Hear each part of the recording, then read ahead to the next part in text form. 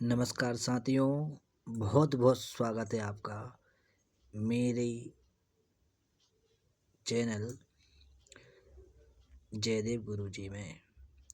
आज हम आपको बताते हैं कि जन्म पत्रिका में सरकारी नौकरियों कैसे देखा जाता है। सर्वप्रथम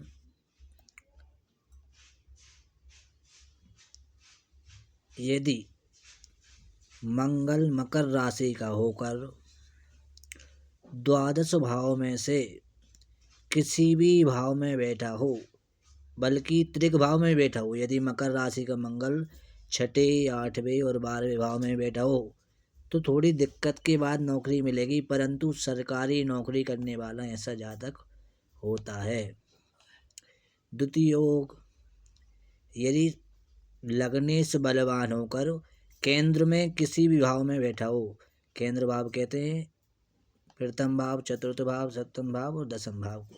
यदि लग्नेश बलवान होकर इन तीनों भावों में से कहीं भी बैठा हो, वो लगन में शुभ ग्रह हो और लग्नेश यदि शुभ ग्रहों से दृष्ट हो, तब भी जातक को सरकारी नौकरी प्राप्त होती है।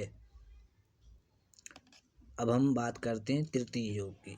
सूर्य यदि बलवान होकर मेष राशि को होकर आपके दसम भाव में बैठे हैं, या आपके पंचम भाव में बैठे हैं, या छठे भाव में बैठे हैं, या नवम भाव में बैठे हैं, तब भी यह प्रबल योग है कि आपकी सरकारी नौकरी लगेगी। यदि मंगल और सूर्य की दसम भाव में युति है, तब भी यह प्रबल योग सरकारी नौकरी का बनता है। यदि मंगल और शनि सूर्य एक साथ होकर छठे भाव में आएंगे, तब भी यह सरकारी नौकरी का योग बनता है। यदि गुरु प्रबल होकर दसम भाव में बैठे हैं और सूर्य से दृष्ट हैं, जब भी यह सरकारी नौकरी का योग निर्माण करते हैं। यदि शनि भी अपनी सौ राशि या अपनी उच्च राशि तुला में बैठे हों या मकर कुंभ के होकर दसम भाव में बैठे हों, तब भी यह सरकारी नौकरी प्रदान करते हैं।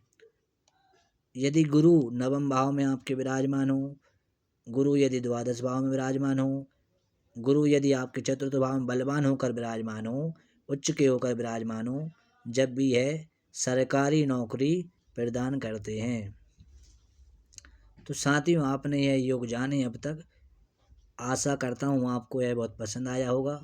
ज्योतिष से जुड़ी हुई तमाम एवं मंत्रों से जुड़ी तमाम जानकारी के लिए आप मेरे चैनल को लाइक करिएगा, सब्सक्राइब करिएगा और ऐसे ही ज्ञानवर्धक वीडियो देखने के लिए चैनल को लाइक करें, सब्सक्राइब करें और बेल आइकन को दबा दीजिएगा, ताकि सबसे पहले वीडियो आपको प्राप्त हो सके। बहुत बहुत धन्यवाद।